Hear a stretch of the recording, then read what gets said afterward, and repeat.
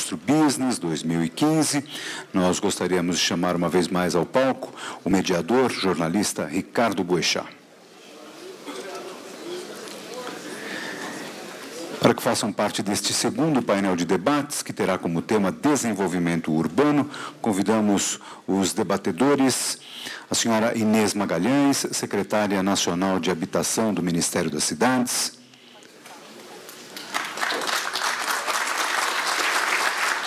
o senhor Luiz Alberto Nozaki Sugahara, coordenador-geral do Programa de Aceleração do Crescimento da Caixa Econômica Federal, Nelson Luiz Baeta Neves Filho, secretário de Estado de Habitação de São Paulo, Ricardo Yazbek, vice-presidente de Assuntos Legislativos e Urbanismo Metropolitano do Secov São Paulo e conselheiro do CONSIC. Passamos então à coordenação dos trabalhos ao jornalista Ricardo Boechat. Bom, como previsto, estamos com um pequeno atraso de mais ou menos 1h30 e tal. Nosso painel agora, desenvolvimento urbano, cidades, um depósito de gente. Esse subtítulo foi definido em função das conversas que tivemos aqui preparatórias, focando questões de mobilidade, questões de investimentos urbanos, questões de saneamento, investimentos em saneamento, infraestrutura de uma maneira geral, portanto, sob a ótica da construção, para que as cidades se tornem menos desumanas, menos hostis, menos inviáveis, né? Quem mora em grandes cidades, especialmente aqui em São Paulo, sabe exatamente o quanto está difícil, o quanto é necessário investir e o quanto a construção pode ou não estar no campo da solução num prazo aceitável. Sempre me lembro, nos dias de hoje, em que estava um caos para vir para cá o trânsito, eu me lembro muito do falecido João Ubaldo Ribeiro, escritor maravilhoso, acadêmico e tal, autor daquela obra Viva o Povo Brasileiro, todo mundo conhece. O João Ubaldo bebeu muito a vida inteira, não era segredo para ninguém, por isso eu estou me permitindo entrar nessa intimidade. Ele bebeu mesmo, ele chupou o que tinha, olha, se devolvesse a cana que ele bebeu, movia essas usinas todas que o ministro queria.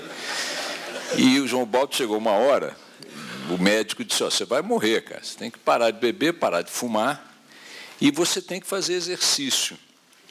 E o João, que era meu vizinho lá no Leblon, e trabalhava comigo no Globo também, eu trabalhava com ele, levou a sério, até porque ficou com medo, tal, a mulher dele deu uma dura nele, ele começou ele fez um esforço enorme, a gente sabe o quão grande tem que ser para parar de fumar, para parar de beber, e começou a caminhar no calçadão da praia do Leblon, e às vezes a gente se encontrava por lá. E uma vez ele fez uma crônica, que não tem nada de politicamente correta, mas da qual eu sempre me lembro quando eu estou engarrafado, como estive hoje para sair do meu trabalho para vir para cá. Eu percorri um trecho que normalmente se percorre em 1 minuto, em 40. Ali a Rua Oscar Americano, aqui no Morumbi. Para descer da TV Bandeirantes até a Ponte Cidade Jardim, um pouco antes, no Jockey, por ali, normalmente, ladeira abaixo, sem trânsito, é 1 minuto, 1 minuto e meio. Então, eu levei 40 minutos. E fiquei me lembrando do João Ubaldo, porque a crônica que ele fez do processo da luta que ele travou para poder andar no calçadão é que ele tinha um coxo como referência. Um senhor idoso, coxo, e que se exercitava, obviamente, há muito mais tempo que ele. Ele tinha ódio do coxo, porque, por mais que ele se esforçasse, o coxo andava mais rápido que ele. Ele nunca tinha andado, fumava, bebia muito. Então, a meta de vida do João Ubaldo era ultrapassar o coxo. Pois bem, se o coxo estivesse hoje lá na Band para vir para cá, teria chegado antes do que eu cheguei, a pé. Essa visão caótica que a cidade nos dá todos os dias está na essência da discussão que a gente vai ter aqui hoje, para saber o que está sendo feito, o que pode ser feito, o que vai ser feito em termos de projetos, planejamento e de investimentos para melhorar a realidade das cidades brasileiras. Cidades, depósito de gente, portanto, o tema do nosso painel Desenvolvimento Urbano. E eu quero começar perguntando para Inês Magalhães, secretária nacional de Habitação do Ministério das Cidades. O Minha Casa Minha Vida é um programa importantíssimo para que a qualidade de vida nas cidades melhore. O que está sendo pensado para a fase 3 do programa Minha Casa Minha Vida? O que você pode nos antecipar em relação a isso para o setor da construção em especial? Eu queria um pouco aproveitar a provocação positiva, né? Acho que nós temos o Minha Casa, sem dúvida, como um instrumento muito importante que pode melhorar e enfrentar, digamos, algumas das mazelas das nossas cidades, né?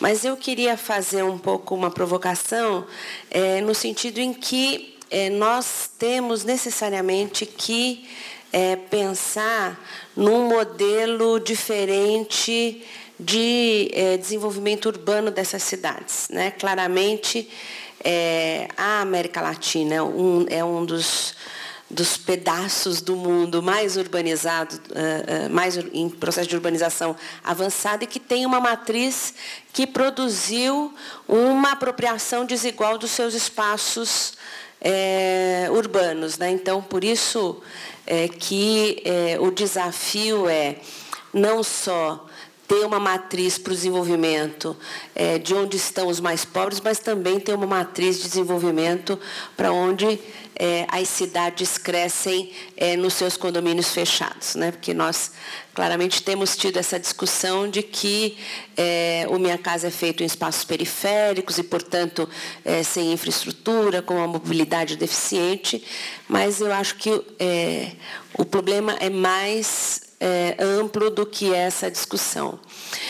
O Minha Casa ele foi, Bouchard, criado para enfrentar alguns desafios. Um dos principais desafios, e que pelos números e pelo desenvolvimento e impacto na economia ele conseguiu, que é trazer para o mercado formal o setor da construção civil para produzir habitação para baixa renda.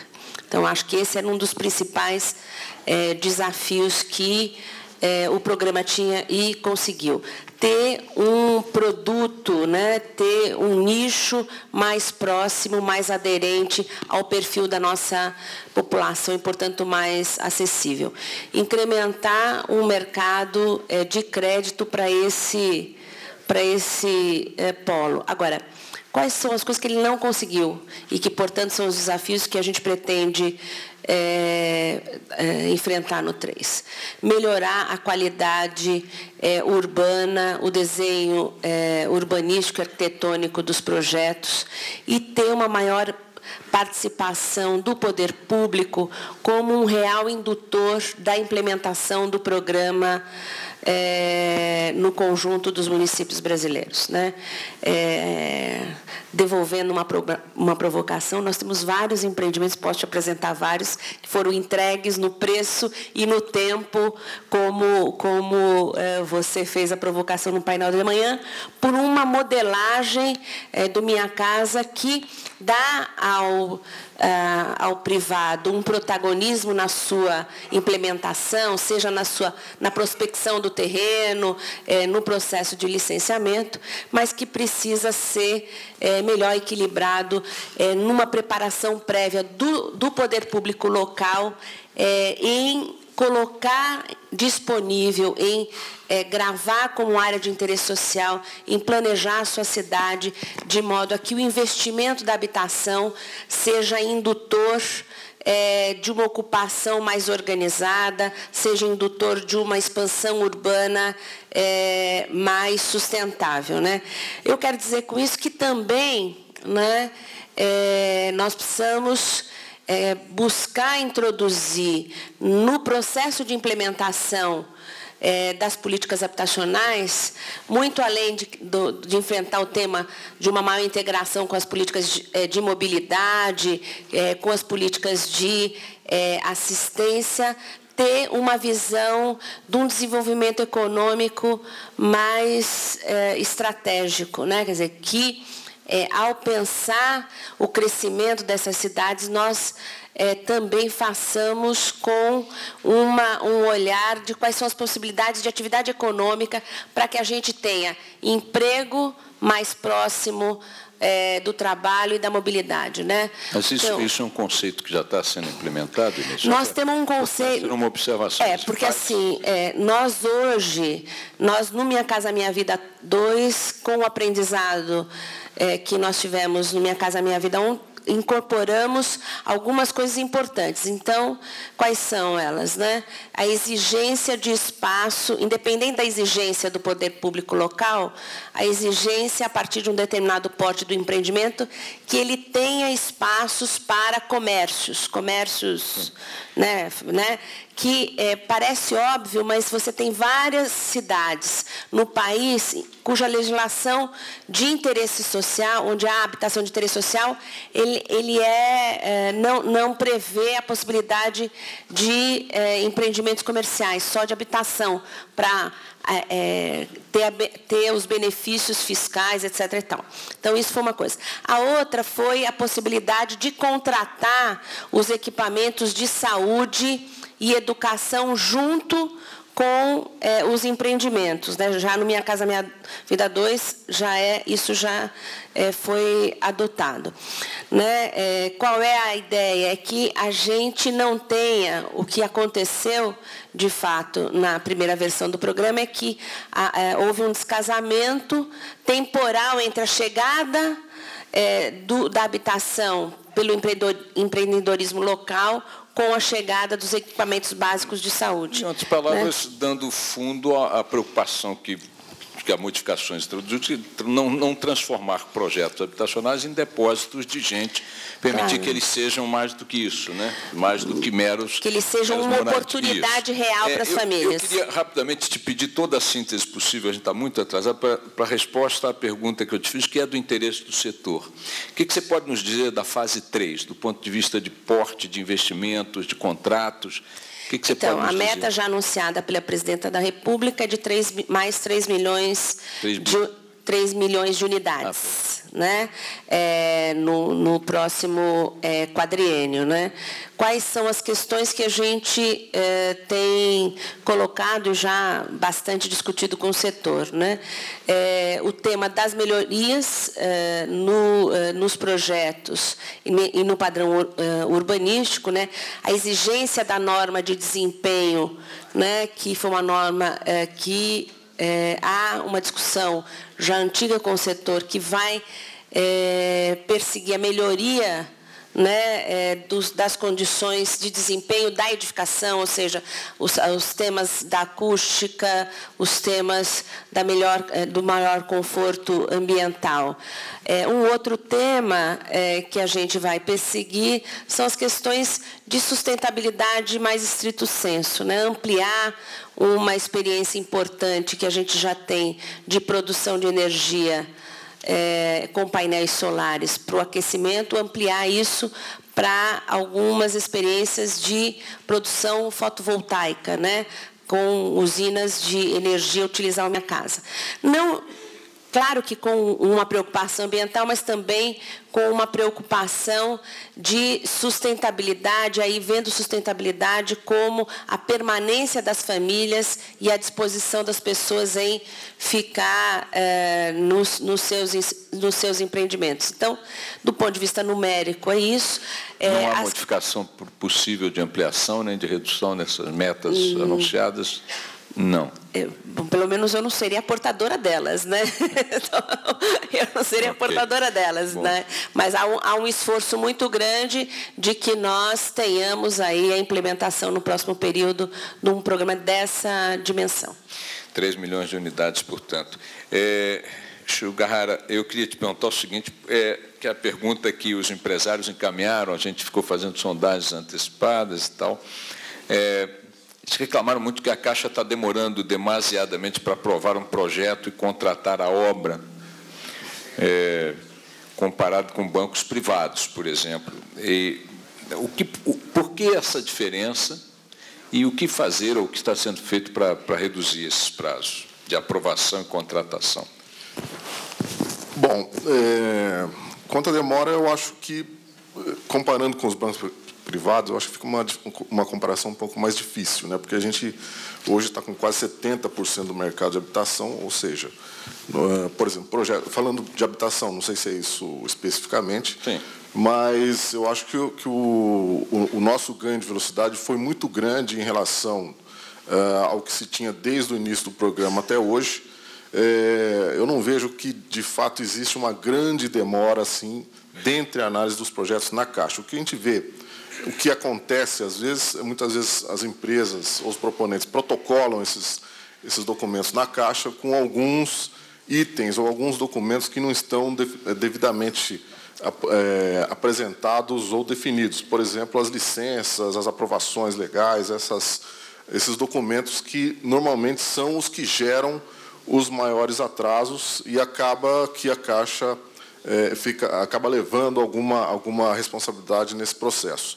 O que eu percebo desde o início do programa até hoje é uma clareza nas regras. Então, quanto maior espaço para indefinições ou para subjetividade nesse processo de análise, maior a dificuldade, porque leva, eventualmente, a discussões sobre critérios, sobre algum procedimento, alguma maneira, como aprovar ou como não aprovar, como não tornar aceitável ou não um projeto. O que fez evoluir muito rapidamente e diminuir os tempos de análise foi deixar critérios claros. Então, acho que a clareza de critérios, a clareza de regras, faz com que as propostas elas entrem de uma forma mais adequada dentro das regras do jogo pré-combinado e também os processos de análise tornam-se mais rápidos, porque, dadas as regras estabelecidas, é só olhar se aquilo foi cumprido ou não foi cumprido. Não.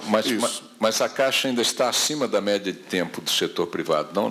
Você diria que é um equívoco na percepção? Eu diria que acho que tem um equívoco na percepção, até porque, por exemplo, no Faixa 1 do Minha Casa Minha Vida, basicamente a Caixa domina esse mercado, eu diria que 90% desses empreendimentos ou mais, e esses itens estão muito parametrizados, né? Então, saber o custo por metro quadrado, o custo de infraestrutura, os valores de terreno são metodologias já consagradas e que a gente domina e consegue fazer com muita rapidez. Eu acho que, às vezes, o que acontece muito é essa mistura entre o prazo de análise da Caixa e o prazo de recebimento de questões de aprovações. Acho que isso é que acaba somando todos esses tempos aí. Antes de avançar aqui em direção ao Baeta Neves, eu quero também perguntar o seguinte, vou permanecer contigo, Sugihara, algum risco, algum temor em relação a fontes de financiamento? Nós estamos com um aumento nas taxas de desemprego, especialmente em setores de maior renda, de maior salário. Alguma preocupação no horizonte do Fundo de Garantia em termos de fontes de financiamento? Alguma perspectiva, algum dado que você possa nos antecipar? Olha, não tem uma discussão imediata, pelo menos dentro da Caixa, com questão a preocupação no funding do Fundo de Garantia. O que nós temos uma necessidade maior hoje é com a poupança para financiamento aí para os imóveis de renda maior. Então, esse é um dos pontos em que a gente tem buscado alternativas de fontes de renda, mas, nesse momento, com relação ao Fundo de Garantia, não há uma discussão aberta com essa preocupação, até porque isso vai depender também da demanda e do tamanho das contratações que vieram a se verificar ao longo desse ano. Para a construção popular, não. Não tem uma preocupação nesse momento. Os 3 milhões de unidades vão sair mesmo do papel, não tem problema, direitinho. Olha, eu acredito que temos todas as condições técnicas para fazê-lo, né? Tanto em termos de rapidez de análise e o acompanhamento aí desses projetos. Não há nenhuma restrição nossa. Eu acho que só para a gente, o funding FGTS é um funding saudável e robusto. Então, do ponto de vista dos financiamentos que tem como seu fundo um FGTS, portanto, um foco numa renda até R$ 5.400, nós teremos uma tranquilidade, a meta do Minha Casa está tranquila. O Caco colocou aqui na apresentação do Constru Business como um desafio, e é um desafio real, é que hoje a poupança mais o FGTS, pelo crescimento que o mercado imobiliário tem tido, e aí estou falando não para o público-alvo da Secretaria Nacional de Habitação, ele tem aí o desafio de incorporar novos fundos. Então, se colocou aqui no videozinho a LIG, né, que é o Cover Bonds brasileiro, então, como também um lastro a ser consolidado no país. Mas, para este público-alvo, né, e considerando os recursos existentes no FGTS, ele irá atender. Secretário de Estado da Habitação de São Paulo, Nelson Luiz Baeta Neves, filho. A pergunta aqui é a seguinte: a avaliação geral quanto aos programas habitacionais nos grandes centros não é boa. São Paulo, por exemplo, é um dado que sempre me chamou a atenção, eu estou aqui há 10 anos, quantidade de processos de reintegração de pós-traumáticos, né, pinheirinhos e tal, é enorme, mostrando que a demanda social é aguda e não está sendo atendida. Outra coisa que, estatisticamente, São Paulo deve ter a liderança global é incêndio em favela, que é um negócio também que, para quem é de fora, chega aqui, eu morei no Rio a vida inteira, lá tem muita favela, na minha memória não há tantas ocorrências, nem de remoções compulsórias, reintegrações, coisas desse tipo, nem os incêndios que, enfim, aqui são atribuídos às mais diversas causas. Mas o fato é que ambos, essas duas faces mais visíveis do drama, assim, da questão da habitação popular, aguçam as preocupações em relação a São Paulo. Nós temos aqui esse problema de como é que a Secretaria lida com a demanda de emergência, essa que é provocada por remoções repentinas, por situações, além da demanda permanente, como é que a Secretaria está lidando aqui em São Paulo? Bom, boa tarde a todos aqui. Bom, como foi colocado aqui inicialmente, o contexto aí do déficit habitacional, particularmente, vou falar um pouco aqui do Estado de São Paulo. O Estado de São Paulo, cerca de 90% ou 95% da população do Estado vive nas cidades. Então, realmente, nós temos aí um contingente aí urbano enorme que nós precisamos atender. E temos a questão das metas quantitativas. A produção de unidades habitacionais, ela vai aí ao encontro de procurar reduzir esse déficit habitacional quantitativo. Mas, além disso, nós temos também a deficiência, o que eu chamo do déficit urbano, né? Que é a questão realmente aí, falando um pouco da questão das urbanizações, da urbanização de núcleos consolidados, porque nós procuramos atuar em núcleos consolidados com a questão de reurbanização, também buscando a relocação de áreas de risco ou de áreas de manancial quando elas precisam ser de fato feitas. Você citou aqui um caso, como a menção do Pinheirinho. A questão do Pinheirinho é um empreendimento, ou melhor, um terreno privado, que se cumpriu lá uma decisão de reintegração de posse expedida pela Justiça, e o Estado, nesse caso específico, dando este exemplo, ele atende inicialmente com o que a gente chama o aluguel social, porque aquelas famílias que foram removidas de lá hoje recebem o apoio do Estado com aluguel social, e nós estamos produzindo unidades habitacionais para atender aquela comunidade. E aí remete à questão do que foi mencionado aqui pelos colegas, ao Minha Casa Minha Vida e o Casa Paulista. Essa produção de unidades habitacionais, principalmente na questão do que eu falei do déficit quantitativo, que é enorme, nós devemos sempre aquele dilema: nós não temos recursos suficientes para produzir e para estar trabalhando simultaneamente nas carências no aspecto da urbanização. Então, é realmente esse dilema dos recursos curtos. E aí nós temos essa questão das parcerias com o setor privado e com o governo federal e com os governos municipais, para a gente poder fazer frente a todas essas demandas, enfim, que se apresentam. Então, eu queria falar aqui um pouco do contexto das parcerias, se você me permitir. Nós temos hoje, no contexto aqui da Casa Paulista e do Minha Casa Minha Vida, na fase 2 do Minha Casa Minha Vida, nós produzimos aqui no estado de São Paulo cerca de 100 mil unidades habitacionais que foram objeto de um convênio específico com o governo federal.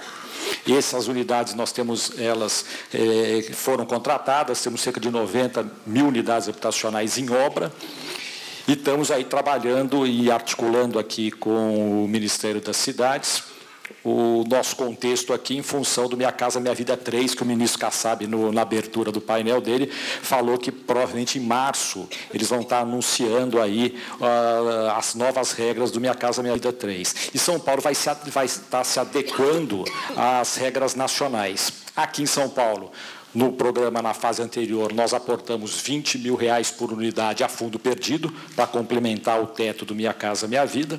Estamos avaliando essa questão da maneira de se fazer o aporte para a próxima fase. Vai corrigir o valor? Vai corrigir o valor? Essa questão da correção do valor é um estudo do Ministério das Cidades, está no contexto do Ministério das Cidades, que vai definir, enfim, essas faixas. Importante observar que o contexto do governo federal trata a questão do Brasil como um todo, né? E essa questão de procurar definir faixas para o Brasil todo, depois a Inês pode falar um pouco mais sobre isso. No caso de São Paulo, nós temos uma situação um pouco mais complexa, porque aqui é mais caro de se produzir. Os terrenos aqui são mais caros, principalmente os terrenos nas principais, enfim, cidades do estado são mais caros, e é onde está o maior déficit habitacional. Então, é justamente aí que nós temos que estar concentrando todos os nossos esforços. Então, como eu falei, para pegar também o exemplo da Prefeitura de São Paulo, nós aqui no município de São Paulo, nós estamos trabalhando juntos. Governo do Estado, Governo Federal e o município de São Paulo também aportando recursos para a gente poder viabilizar os programas. Então, essas parcerias certamente vão dar condições, ou dão condições a nós, a gente poder também estar atuando nesses assentamentos, enfim, irregulares, com o contexto aí da urbanização, reurbanização desses núcleos. Riasbeck, eu queria que você fizesse uma análise, e estou sendo apertado aqui com o tempo, enfim, houve uma alteração na programação, o ministro teve compromisso que o obrigou a fazer a palestra antes, nós estamos com o nosso programa bem apertado. Eu queria que você avaliasse aí, o setor está ansioso por saber o que vai ter em perspectiva como investimento garantido para poder se posicionar. E, no caso, Minha Casa Minha Vida está definido, os programas do Estado de São Paulo também na área da habitação. Qual é a avaliação que você faz a partir do teu ponto de vista desses outros? Eles são suficientes para atender? O mercado está bem atendido com esse volume? Obrigado, Ricardo. Bom dia, boa tarde a todos, aos companheiros aqui. Rapidamente, pelo adiantado da hora, nós estamos muito preocupados, mas muito preocupados com o que está acontecendo no Brasil. Evidentemente, o presidente Paulo Scaff já colocou, fomos todos colocados aqui, uma série de questões políticas, econômicas, questão de energia, questão de água, mas, mais que tudo, realmente a questão da confiança, Ricardo, Inês. A confiança e a credibilidade está minando uma série de investimentos e a vontade e o problema e das questões da gente fazer. É inegável que um dos maiores programas de habitação de interesse social feito no Brasil é o Minha Casa Minha Vida.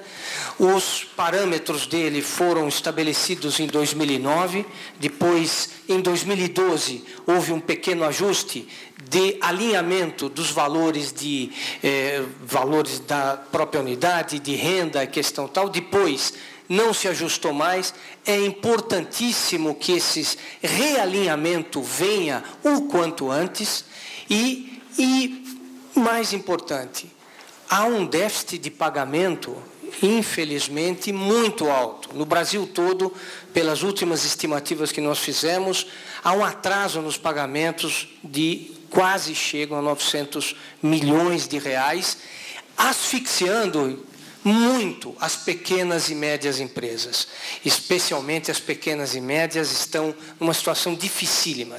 Então, nós estamos aguardando o anúncio do Minha Casa Minha Vida 3, evidentemente, porém, mais importante do que anunciar novos é acertar o passado, a dívida existente e ter confiabilidade que isto será feito paulatinamente, as liberações corretamente quando forem feitas. Deixa eu pegar aqui, Carolina, Inês, vai.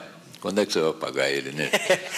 Inês, então, tem um cheque quando vai sair pronto, o cheque? Não, eu acho que só para a gente informar, né, que só para termos mais claro o que é, né? Nós já pagamos em 2 meses 3,4 bilhões para este programa, né? Então, assim, qual é a nossa questão? As pessoas, infelizmente, se acostumam muito rapidamente com os cenários de uma pontualidade não comum no setor público, né? Nós tínhamos um pagamento no Minha Casa Minha Vida histórico de D+2, né? D+2, quer dizer, ele apresenta a fatura e eu pago em 2 dias. Hoje nós estamos mais próximos das obras públicas normais, que é 15 a 30 dias. Então, só para dizer o que você está falando, nós temos um desembolso médio de 250 milhões semanais. Então, ele está falando de 20 dias, né? De 20 dias, não de atraso, mas de fluxo, né? Só para a gente ter mais ou menos claro. O Yasbeck está chorando de barriga cheia. Não, né? Senhor. Não, senhor. É brincadeira. Ô, Ricardo, eu, certa feita, vi uma placa anunciando assim, estava chegando o Natal, e dizia assim, vai explicar para o peru o espírito de Natal. Né? Vai explicar para essas empresas o que é fluxo, 20 dias. Não é fácil, não. A secretária Inês sabe disso. Havia uma necessidade de aprovação do orçamento, né, da União. Há ainda, porque ainda não foi aprovado, então há um contingenciamento. Os ajustes no cenário econômico são necessários, precisam ser feitos, mas as empresas, e especialmente pequenas e médias, estão sofrendo muito. E isso pode prejudicar a continuidade do programa, né? A primeira fase, 1 milhão, foram todas contratadas e entregues. Segunda fase, 2.750.000, já tem acho que mais ou menos 1.700.000 entregues, as outras estão em contratação e produção, né? E vem vindo aí a fase 3, importante, credibilidade e confiança, senão não tem como o setor privado manter essa parceria com o setor público. E está aqui o secretário de Estado, só para terminar, nós precisamos da renovação do Casa Paulista. Nos grandes centros urbanos, e especialmente do Estado de São Paulo, esses 20 mil, que precisa ser alinhado também, esses 20 mil é fundamental para conseguir produzir nas metrópoles, o que é muito, muito difícil, especialmente no faixa 1. Então faz a pergunta para ele, quando é que isso vai sair? Quando vai sair o alinhamento e a continuidade do Casa secretário, rapidinho, secretário, não, senão não vai dar nem tempo de eu pagar. Tá, o Casa Paulista, na verdade, ele entra complementando os recursos. Nós estamos, como eu falei, aguardando o governo federal fazer o anúncio do Minha Casa Minha Vida, para a gente poder, enfim, colocar, enfim, como é que nós vamos estar aí nos alinhando à política aí definida pelo governo federal. Mas, de qualquer maneira, temos também, acho que vale comentar, não foi comentado aqui, a questão da PPP da habitação no centro, também essa questão é um marco importantíssimo aí para o setor privado, entendo que isso interessa aí aos setores privados e é um projeto pioneiro que nós estamos fazendo aqui em parceria com o município de São Paulo e pode servir aí de modelo para outras cidades do Brasil. Então, pretendemos avançar aqui também com a PPP em São Paulo. quanto? Dá um tempo, fala aí alguma coisa. Fala. Aqui uma semana... Olha, o ministro Sidney Santos está ouvindo aqui. Como o ministro Kassab mencionou, eles devem estar fazendo o anúncio no final de março. Nesse momento, nós, Estado de São Paulo, já temos que ter decidido como é que nós vamos estar acoplando no anúncio federal. Muito bem. Alguém mais quer criticar a Inês, não?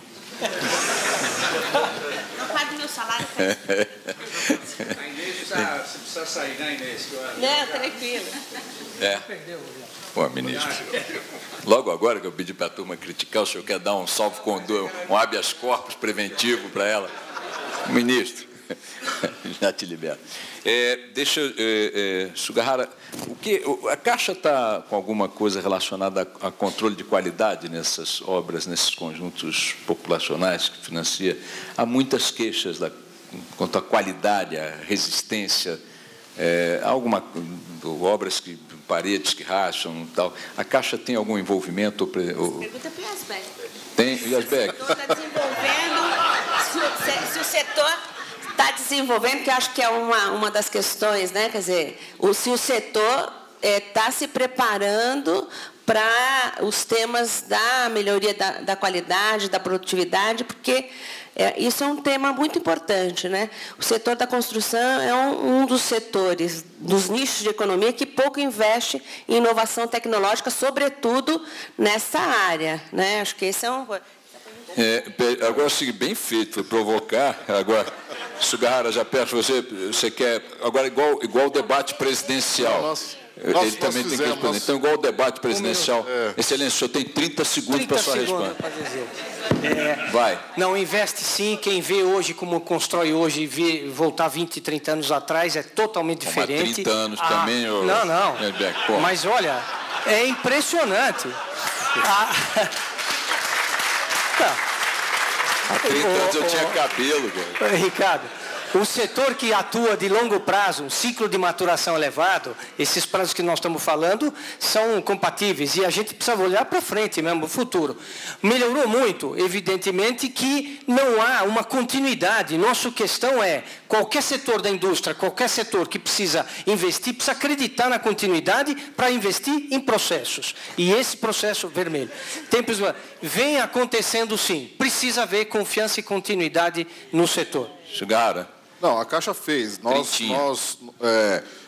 Além de ter um acompanhamento das obras por tanto empresas credenciadas como profissionais do quadro da Caixa, nós abrimos um programa que deu uma resposta muito grande, que foi um telefone de reclamações. Então, a gente captura a maior parte das reclamações dos mutuários e faz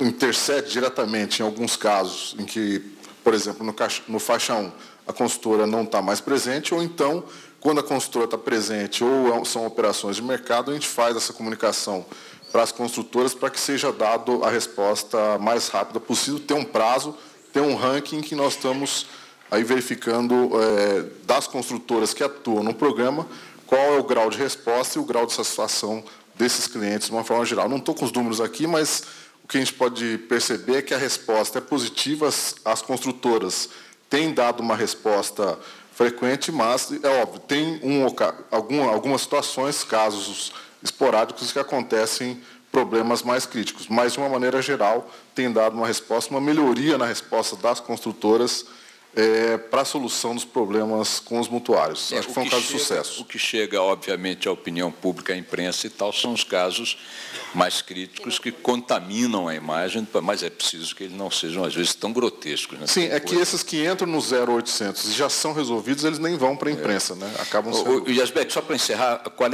é a pergunta que precisa ser feita em relação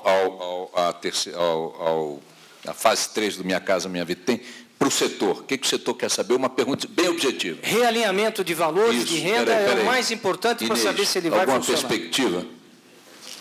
Não, é evidente, assim, nós temos time over, né? Não, é evidente, né? Nosso último reajuste de preço foi em 2003, para a nova fase ele deverá ser ajustado. Agora, vou abusar aqui do tempo.